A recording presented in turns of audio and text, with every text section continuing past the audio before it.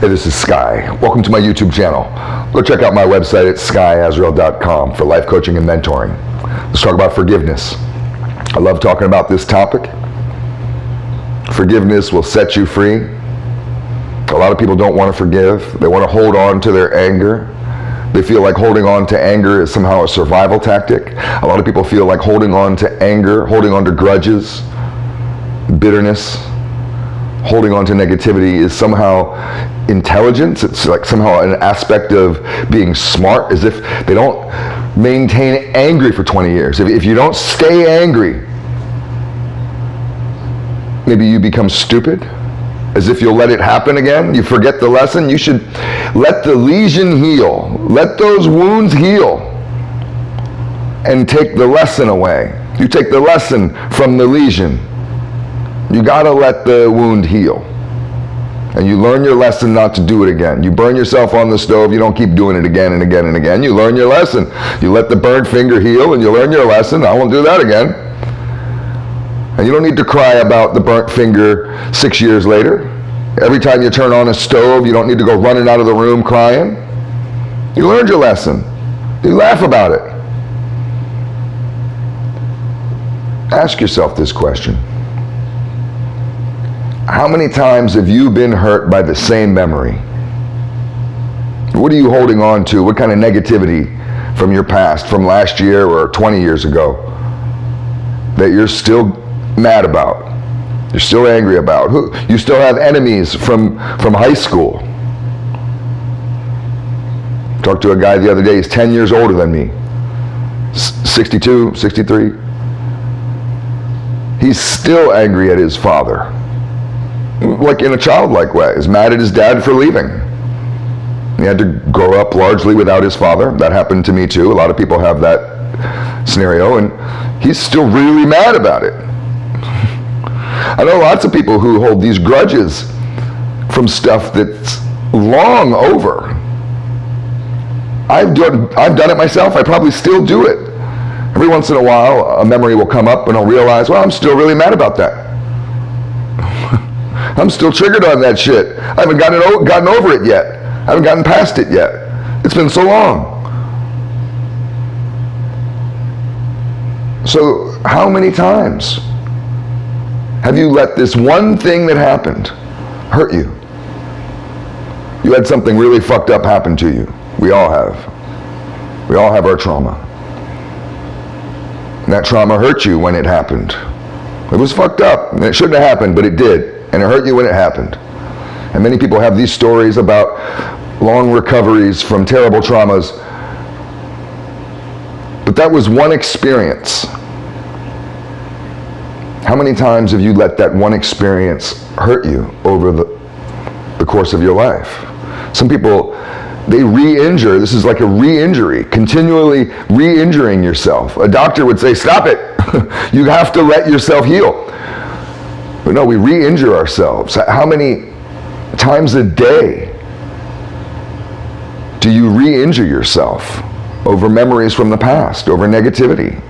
Do you relive these dramas?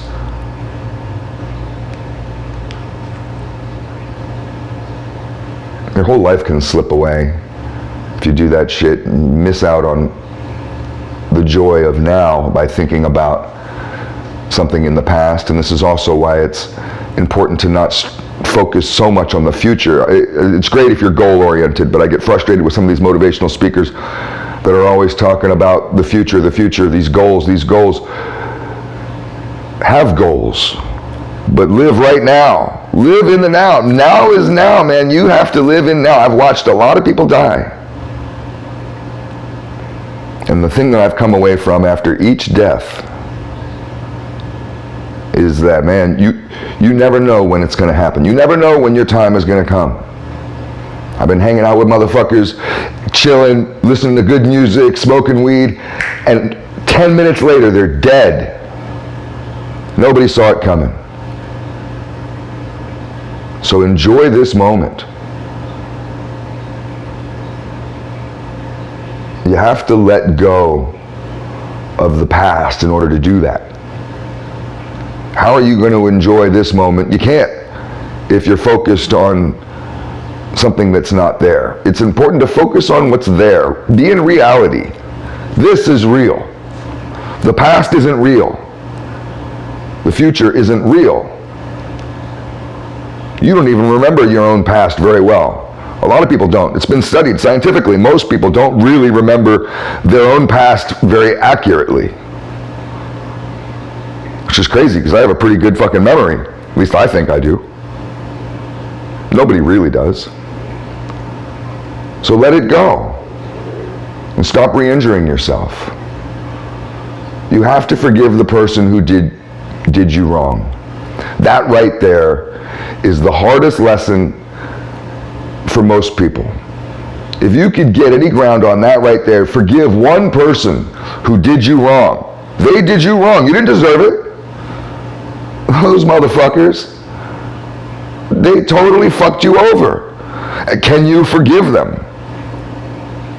If you could do that with one person, pick somebody who didn't really fuck you over that bad and start with them. If you could do that, a childhood bully, I don't know, anything, pick something. If you could do one, you could see how this process works. You'll start to understand. It's something you have to physically understand. You start to lighten the load. You physically feel lighter. You're like, wow, man, I've been carrying around this heavy load my whole damn life.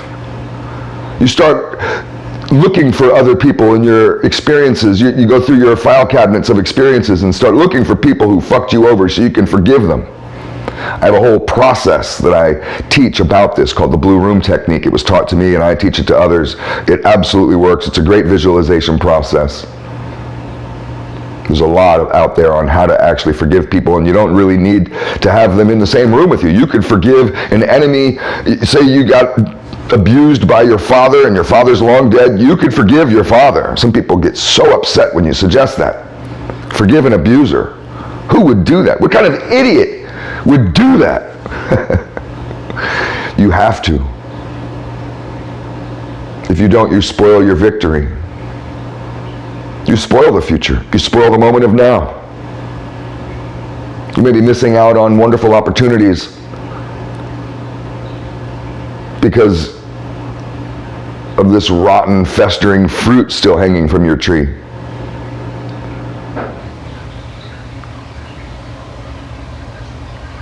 Are you failing the test? You know, there's a test that we all have to pass. At least men. You have to prove yourself to God if you're worthy to get in heaven, and God only lets people in heaven who can control their emotions, who can move on from the past, who can not be these sour, bitter, nasty curmudgeons. He's not going to let Gollum, somebody like that, just slither his way into heaven with all this anger from past betrayals.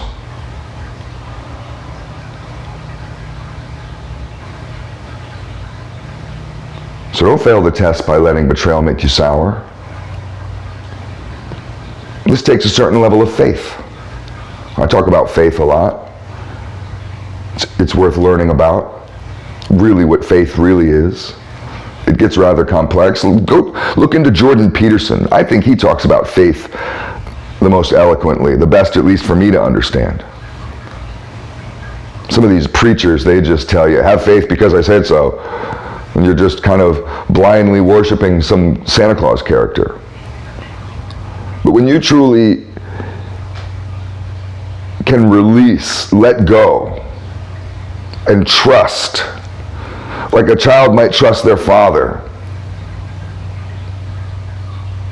Maybe if you have a dog, your dog might trust you. Some people's dogs trust their masters with their lives. Some dogs don't, but some dogs do. A good owner, a good dog owner, you can get your dog to trust you. And you trust this energy in the universe, this positive energy in the universe that you connect to.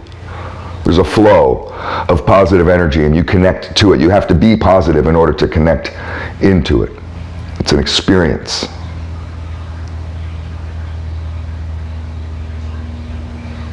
And to put it in street terms, basically, you just let your big homie take care of everything for you, man. You forgive a motherfucker for hurting you. Those people that betrayed you, that fucked you over, you forgive them. You forgive them.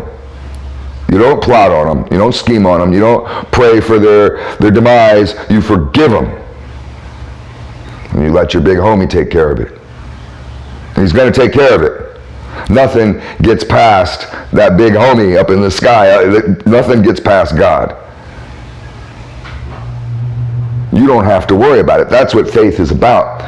Some people get it, some people don't.